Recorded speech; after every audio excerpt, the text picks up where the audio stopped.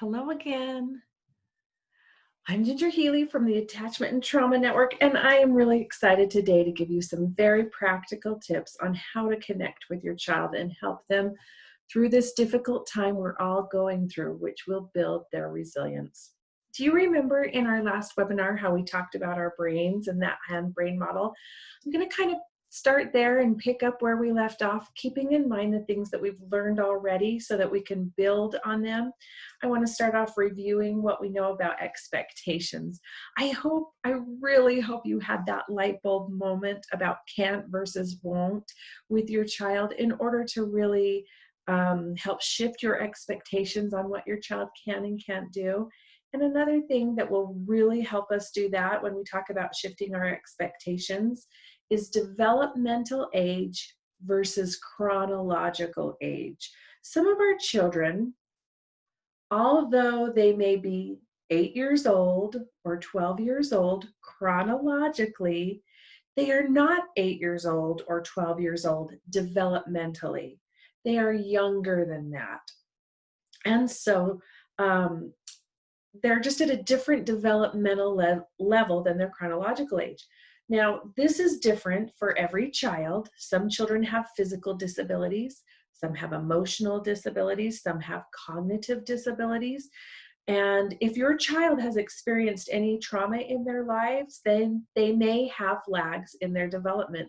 If your child has been in the foster care system, if your child was adopted, if your child was abused, or has experienced loss, whether it be through divorce, death, moving, it's possible that they have lags in their development.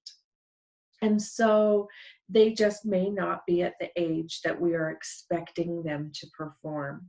And you'll see better results. The reason I bring this up is I want you to parent them at their developmental age, not their chronological age. And I promise that you'll see better results when you do that. So how do you do this? Well, it's not cut and dry. It's different for every child because there's so many factors that come into play.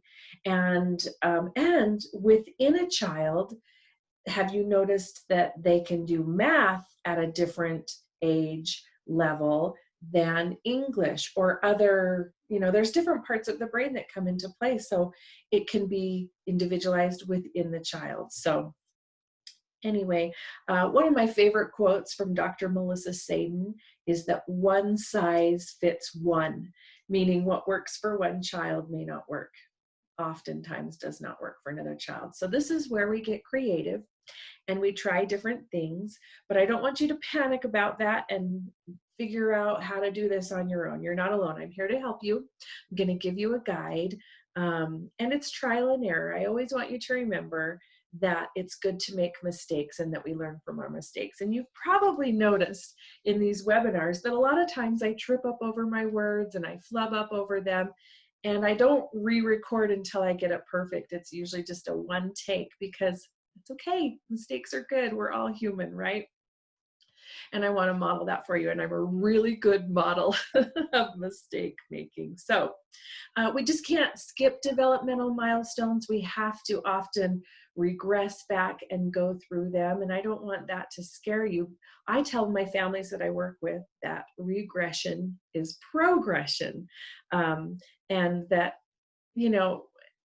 you'll see a lot more progress once we kind of go back and hit those developed milestones rather than skip them. So I don't want that to scare you. I want that to excite you that when we go back, it'll help us propel forward. So I'm just going to give you a guide. And the first thing we're going to talk about is safety. I think it's important as we talk about doing this online school from home settings that we're in, that we talk about internet safety, online safety. I want us to make sure as parents that we're setting limits, that we're checking on our children often regarding what they have access to and what they are seeing. Our kiddos are spending a lot of time right now alone on their devices, which makes them very vulnerable. So it's important to have those really kind of tough, open, honest talks with them in a developmentally appropriate way. You're not going to talk to your teen the way you're going to talk to your kindergartner.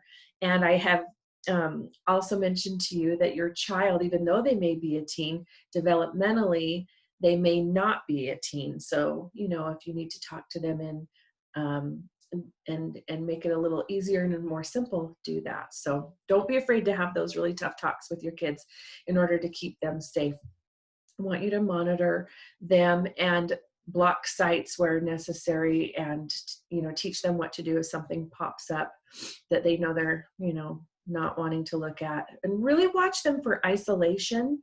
If they're in their room all day with the door closed doing schoolwork or other things, I want you to be worried about that. I don't want them to be isolating. It leads to a lot of worrisome thoughts, feelings, and behaviors. And so think about changing up that environment so that you can better monitor their safety and offer support to them.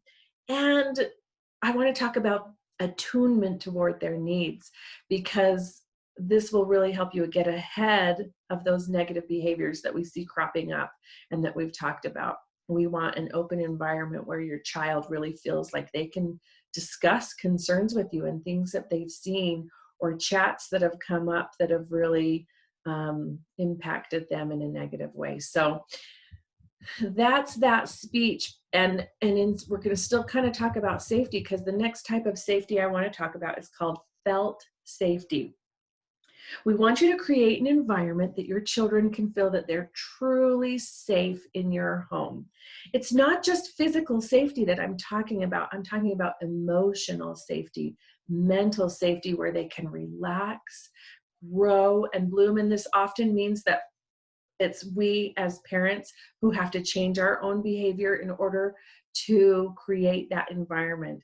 We take out the yelling, we shift our expectations, we speak to them in a calm, quiet voice. And I'm going to discuss exactly more how to do that in a minute, but it's just that whole feeling of calm and peace that we want in the home that gives them that opportunity to better open up and be in a position to learn and grow and connect with you. So I just want to emphasize how important this felt safety is, because really, truly, before your children can dive into that physics homework or write that essay or anything else they have to do, they have to feel safe. If they don't, do you remember what happens? What happens when we don't feel safe? We go into that red zone, and that part of our brain that is needed for academic learning, it shuts off if we don't feel safe. So that prefrontal cortex that I taught you about in that hand brain model, once that shuts off, those behaviors come out. We go into the red zone, we're upset, we're irritated, we shut down, we're crying, we're fighting, we're throwing things. And so in order to turn that on, we have to identify and remove all those potential triggers. And we do that by creating a calm environment and creating a safety plan and establishing trust. And we do that through that structure and routine. We are going to move out of that bottom part of our brain and create safety and help our child feel safe enough to relax. So how do we do that? We create a predictable environment. When school was in session, everything was really predictable for our children. We had a bedtime, we had dinner, then we had our bedtime routine, we had a good night's sleep, we woke up in the morning, we had our morning routine, we went to school, and just that simplicity of that very predictable routine made our children feel safe. They felt in control, and all that changed. In March, everything changed. And it was of no fault of you as a parent, but now that responsibility to recreate that safety through that structure and routine now falls on your shoulders, and you can do this. So when I lost my train of thought. That's okay. All right. So of no fault of yours, right? Everything got out of control. And now what happens? A lot of our kids, at least in my home, a lot of our kids shut down. And many of them went, no, I don't like this. I don't want to do this. I don't know how to handle this. So we had kids screaming. We had kids not sleeping.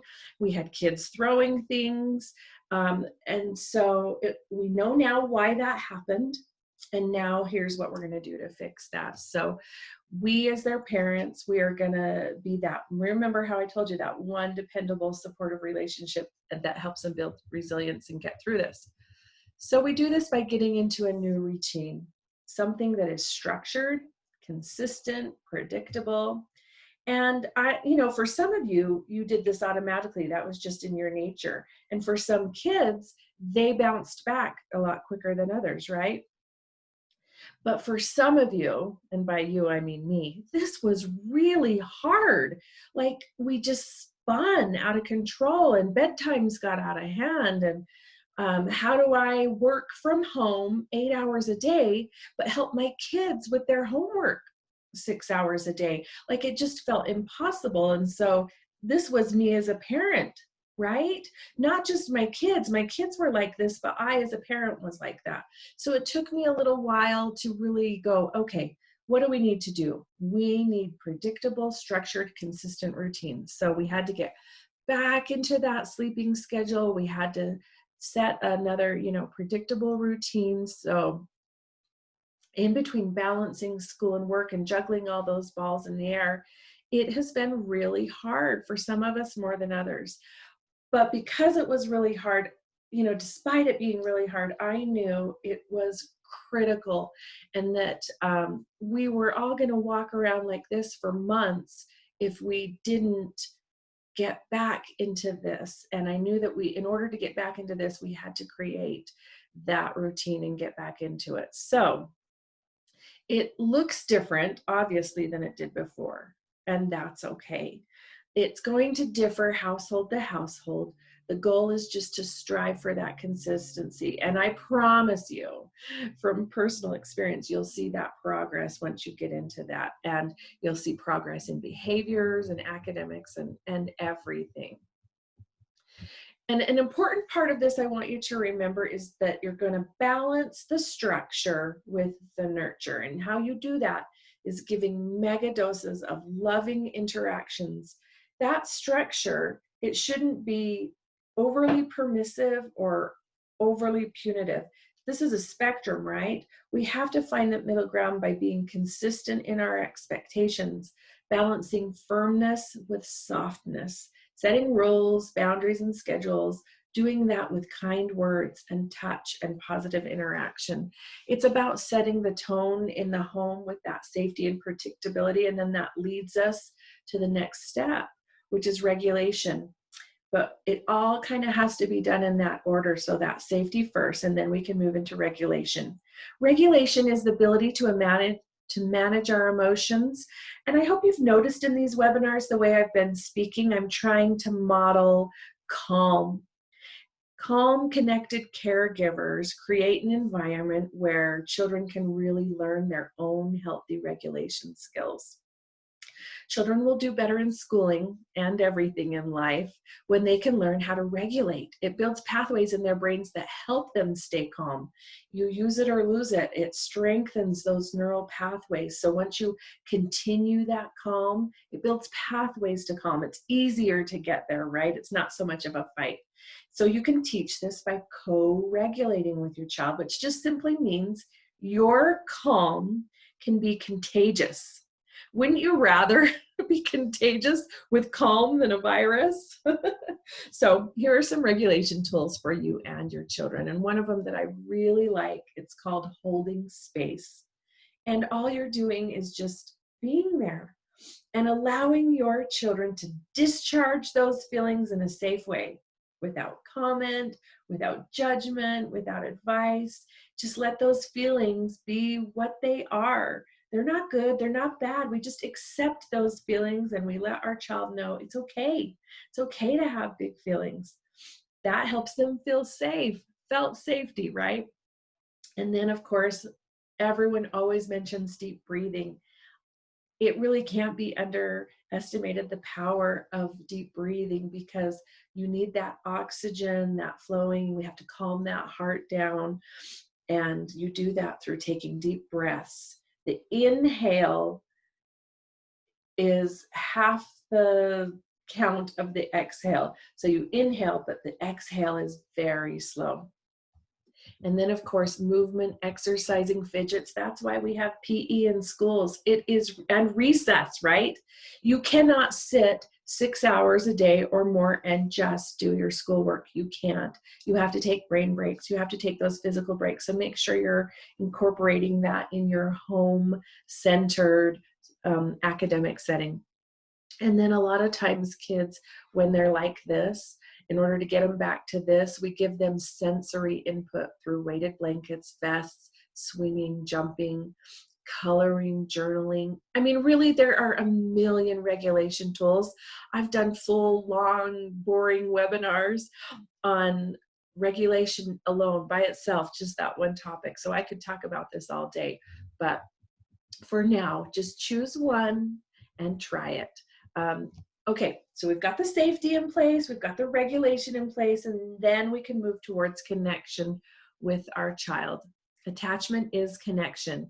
And if we're talking about an emotional pandemic as well as a physical one, then you need to know that attachment is the antidote to all of this. So when your child is really struggling, I want you to look underneath that behavior. They're doing all these crazy, awful behaviors that drive you crazy, right? I want you to step back, be a detective, look underneath that behavior, and figure out what's going on. And most of the time, I'm going to give you a spoiler alert. Most of the time it's fear. It's fear and anger, but what are they worried about? What is it that they're missing? What are they not being able to kind of get control of? Once you can figure that out, those behaviors will decrease and it'll really strengthen your connection with your child. Okay, so these behaviors and ideas, these ideas and strategies are designed to help you be really intentional with your parenting. I mentioned attunement earlier, and if I could impart anything to you that you could walk away with, it would be a heartfelt plea for you to be present with your child and attuned to their needs. So how do we do this? We put our distractions to the side. We put our phones away and anything else that's going to be really distracting. Now, I live in the real world, so I know how hard this is. Really, really hard, especially remember all those balls that we're juggling. I'm trying to work full time. I'm trying to handle all my other responsibilities. How do I just take a moment and sit down and tune everything out and be present with my child? Well, you do this and you make time for this, because if you don't, you spend all this other time mopping up messes of broken hearts and frustration. So we get ahead of the game and we prevent negative behaviors by being attuned, and it gives us more time and stronger connection. Really important. Okay, look them in the eyes, touch them, and truly let them know that you're there. I promise you, it'll pay off in you being able to squash tantrums and meltdowns way ahead of the game. And one of the big parts of this is avoiding power struggles. When you shift your expectations and avoid those power struggles, I promise you that your home will be a new place. Nobody wins in a power struggle. Okay, at this point, I know that sometimes this starts to feel overwhelming. So I think I said this before to you, that just let that go. Don't get overwhelmed. Don't worry about it. I'm going to give you a ton of information, and I just want you to take a little bit out of it. And just that feeling of you can do this one step at a time. Remember, we're in a marathon, so we're just going to keep moving forward. And one thing that really helped me was that realization that at school, a student doesn't sit at his desk all day and work at homework. They go to library and they go to music time. They go to recess. They go to lunch.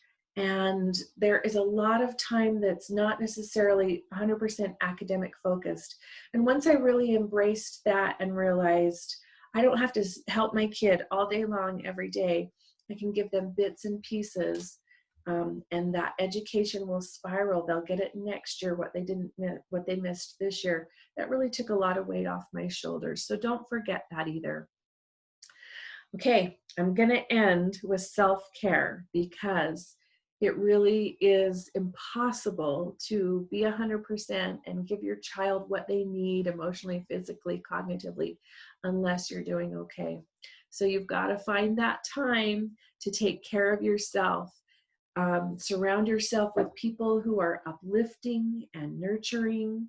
And I want you to navigate away from people and places and things that just drain you and deplete you and undermine your efforts to really help your child and your family at this time. Find time to take care of yourself and fill your cup so that your cup runneth over and spills over onto your children. That love and peace and safety and attitude of, guys, no worries. This is an adventure. We're going to get through this. You can do this. I'm grateful for you for listening and making an effort. Thank you for listening, and take care.